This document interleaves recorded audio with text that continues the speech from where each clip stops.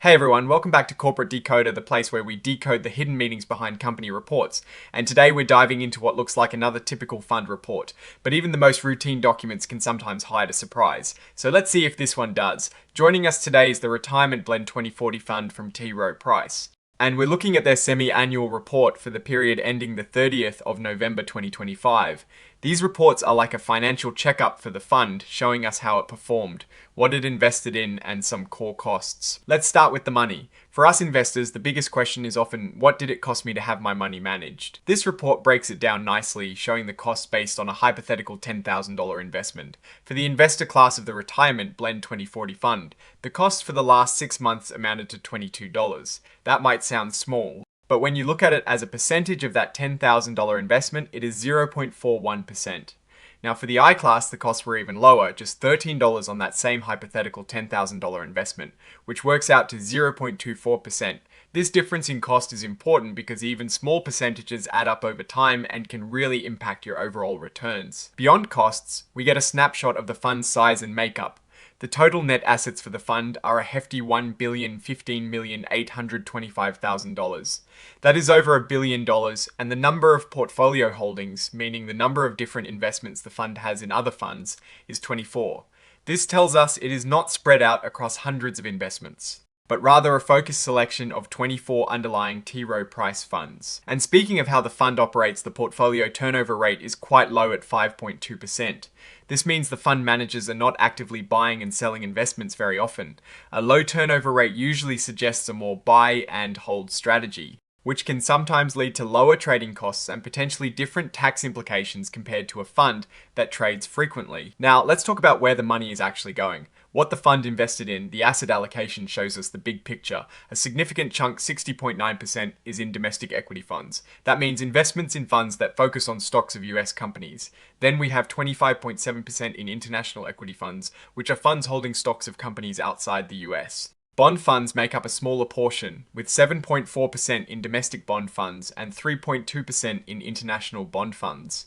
Finally, 2.8% is in short-term and other investments, likely for liquidity and stability. Looking deeper into that asset allocation, the top 10 holdings give us a clearer view of the fund's core investments. The largest holding by far is the T. Rowe Price Equity Index 500 fund, making up 26.7% of the fund's net assets.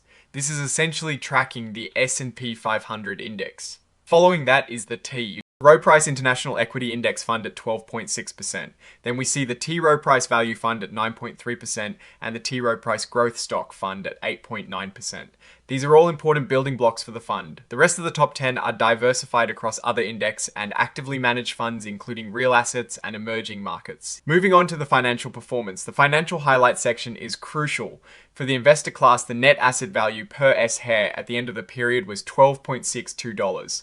Looking back a bit, this represents a solid increase from $11.19 at the start of the 6-month period, and the total return for this period was a very healthy 12.78%. For the I class, the net asset value per S-share was also $12.62, identical to the investor class, but its total return was a slightly higher 12.88%. This difference, though small, reflects the lower expense ratio we saw earlier. Let's revisit those expenses. The ratios to average net assets clearly show that gross expenses for the investor class was 0.41%, and importantly, after any payments or adjustments by price associates, the net expenses remained at that same 0.41%. For the I class, those gross and net expenses were both a lower 0.24%.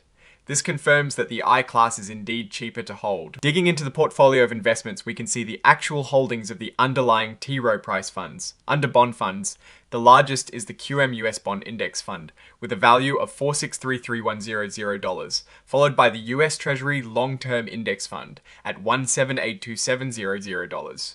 In the equity fund section, the Equity Index 500 fund is valued at a substantial $27,141,500. The International Equity Index Fund is next at $128,4040. This table gives a very detailed breakdown of what this fund has invested in. Now, for a bit of insight into transactions with affiliated companies. The report details the net realized gain or loss and the change in net unrealized gain or loss for these transactions. For example, with the Equity Index 500 fund, There was a net realized loss of $24,000, but a significant change in net unrealized gain of $318,2600. This section shows how the fund performs when transacting with its own related entities, and in this case, the unrealized gains from these affiliated funds are quite substantial. The statement of assets and liabilities gives us a snapshot of the fund's financial position on the reporting date. Total assets are over $1 billion, specifically $1,026,453,000. Liabilities are much smaller, totaling $106,2800.